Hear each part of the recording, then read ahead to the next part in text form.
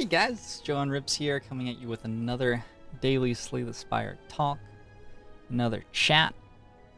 Today we're going to be talking about Clothesline for Ironclad. This is not the most exciting card in the world. It's a pretty vanilla card. It could almost be a starting card, honestly. For 2 energy, we deal 12 damage and apply 2 weak. And I think it's fairly clear that dealing 12 damage for 2 energy is, like, okay. Like, you're not that upset about it, but it's clearly not good. The question becomes how good is this 2 weak that we're applying? And it upgrades to 3 weak. How big a deal is that? So, I want to go into excruciating detail on this because I think it's really interesting, and Clothesline is actually one of my highest priority comments for Ironclad drafting early in the game. I don't think it's typically incredible later on in the game. I definitely want to be able to weaken enemies later on in the game, but something like Shockwave is generally a thing that I can pick up and use for that later on instead. I'll show you guys Shockwave. This is a premium Ironclad card. Just getting everything weak and vulnerable for an entire fight is great, and the fact that it's a skill later on in the game is awesome because Corruption makes it cost 0. The fact that it exhausts is awesome because it means it makes block with Feel No Pain as well. Shockwave is a great later on Ironclad card, and it's not that terrible early. But Clothesline is a common. So it's a card that you're often going to see in the first few floors, and you're going to see it up against other pretty good cards, like, say, Headbutt is a pretty good card, Shrug It Off is an incredible card, and you're going to have to, you know, make a pick which one of these cards is best. And typically, a lot of the time, it may change depending on what path I'm going or what's happened so far in the deck already, but a lot of the time I'm picking Clothesline over, you know, staple good Ironclad commons early on in the run. I wanted to explain exactly why, so you can sort of understand my thought process here.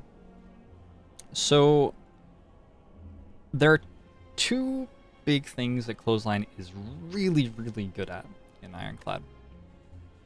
The first thing, and it just so happens that they're, like, the most important things as well in an Ascension 15 run, so hey, that's cool. The first thing is Clothesline is really good against Act 1 elites. Now, it's not that incredible against the 3 Sentinel fight in Act 1. It's okay there. It's not great. It's nothing to write home about in that fight. It's okay. The fact that they have artifact charges on them means that the weak often won't stick to them, and it doesn't deal that great damage. But that's a fight where they fill your deck with dazes, and so just adding another card, which is pretty good, to your deck does help that fight a little bit. It means that the second time through your deck, when there are, 6 or 8 dazes in it, you're going to have one more card that actually does something that you can draw. And the fact that it has 2 energy cost, when you're drawing a hand full of dazes and, like, 2 playable cards, that's actually not so bad. The fact that you draw 1 playable card and that lets you spend 2 out of 3 of your energy for the turn in a profitable way is sometimes quite useful in that fight. But the places where it really shines are the Lagavulin and Gremlin Knob fight. So let's go Lagavulin first. Lagavulin has this pattern where it attacks you once, attacks you twice, and then it debuffs you. So 2 attacks and a debuff on you. If you can apply 2 weak for the 2 attacks, you're effectively getting 10 block out of this card. And dealing 12 damage and getting 10 block is very nice. Compare that directly to Dash for Silent. It's a slightly better version of Dash for Silent. If we upgrade this, we get 3 weak, and that makes this much more consistent, because we're probably drawing this card about every 3rd turn in an Ironclad deck in Act 1. We probably have, 15 or fewer cards, and we draw 5 a turn. There you go. The other thing that Clothesline does is it deals 12 damage. And Lagavulin is a race fight. It's trying to debuff you every 3rd turn. And so you want to kill it before it successfully does that. Bash is an incredible early game upgrade for the Lagavulin fight, and Clothesline's a pretty good one too. And it's important to recognize how this card is dealing damage and how it's mitigating damage. because Lagavulin's strength debuff debuffs 1 strength. If you play 2 strikes, each of those deal 1 less damage. But when you play Clothesline, you're playing 1 attack for 2 energy, and it deals 1 less damage. So you're getting hit by the strength debuff less often, effectively. And if the fight goes late and you have like 2 or 3 strength debuffs on you, all of a sudden your strikes are dealing 3 damage, and that's really insignificant, but your Clothesline is still dealing 9, which is a pretty good number. And then Lagavulin also debuffs your dexterity. So your defends go from blocking for 5 down to blocking for 4, 3, 2. Weak never stops working in this fight. Weak always debuffs Lagavulin exactly the same amount. It deals exactly the same amount less damage. So Clothesline is a card which answers the fight in really nice ways. It brings the damage, it brings mitigation on a separate axis, and it's mitigation that you can even play on the turn that Lagavulin is debuffing you instead of on the turn where Lagavulin is attacking you, and that mitigation will stick to it throughout the turns where it's attacking you. So you can play your attacks on the turn where it's not attacking you, and then your blocks on the turns where it is. And if one of your attacks on the turn where it wasn't attacking you is Clothesline, hey, you've got mitigation for the other 2 turns. It's really, really nice. Clothesline matches up with that fight incredibly well. It's a great card for that fight. And then against Gremlin Knob, it's sort of more simple why it's good against Gremlin Knob. So Gremlin Knob is a guy who attacks you really hard, and if you play skills, he gains more strength. And if you look at defend, well, this is a skill. If you look at the other block cards you might have picked up early in the game, something like Shrug, well, that's a skill. Armaments, oh, that's a skill. So you have this issue where blocking against Gremlin Knob doesn't really work, because he gains 2 strength every time you block. So yeah, if you're going to kill him next turn, that's probably fine. You gain 5 block and he gets 2 strength, but he's dead next turn. If you're going to kill him 2 turns from now, it's like, yeah, it's still alright. But in general, mitigation is, it's a bit of an uphill fight to play blocks against Gremlin Knob and have them be a good idea. Clothesline is an attack. It's not a skill. And it applies this debuff, gives him 2 weak. The more that he attacks you for, the more that debuff is, reducing his damage. And Gremlin Knob likes to hit you pretty hard. So Clothesline is, the damage is great for the same reasons. It hits him for damage, and that makes him die.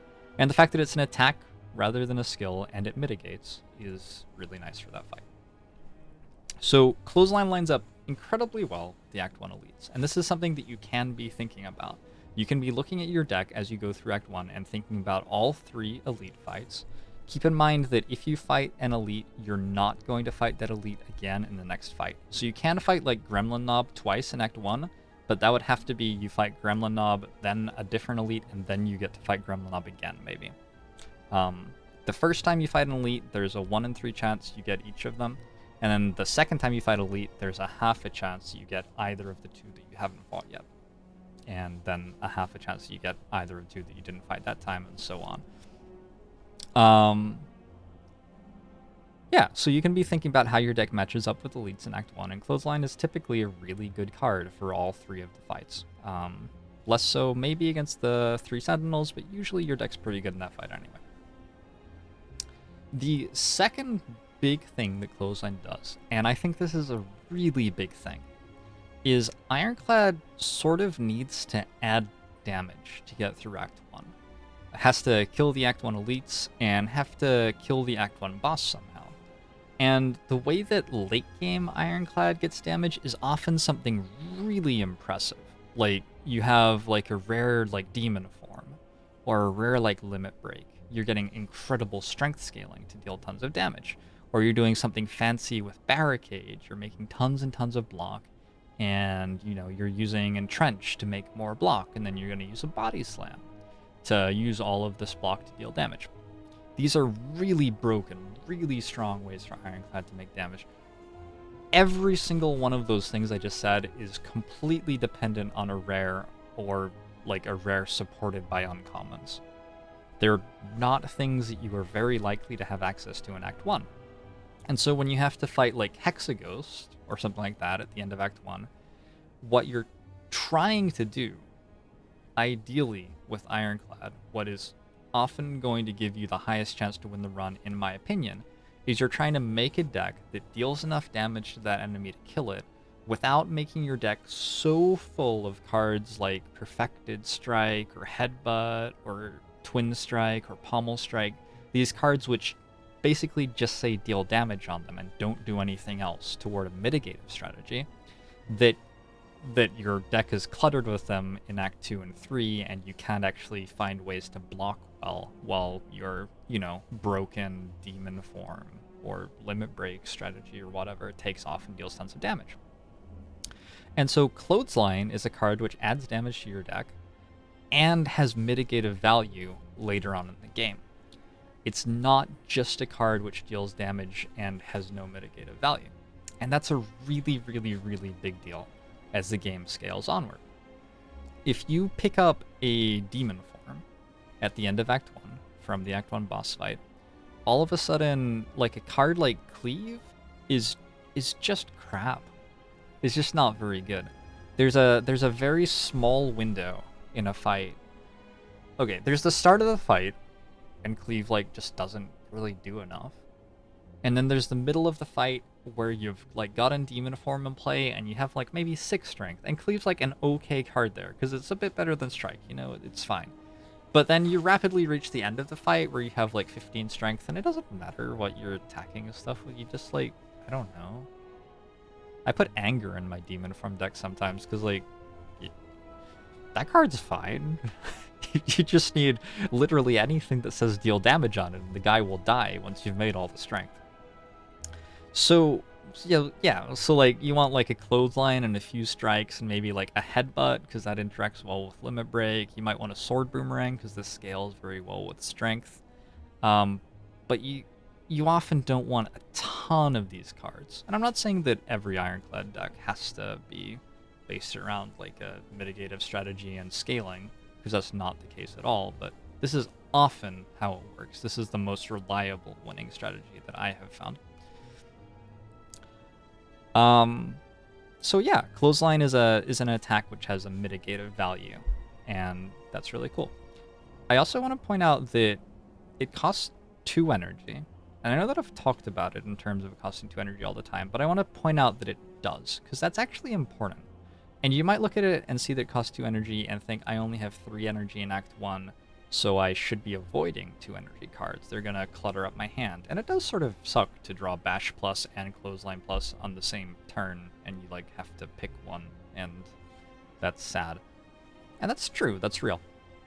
But adding cards that cost more than 1 to your deck in Act 1 makes Snecko really good, if you see it.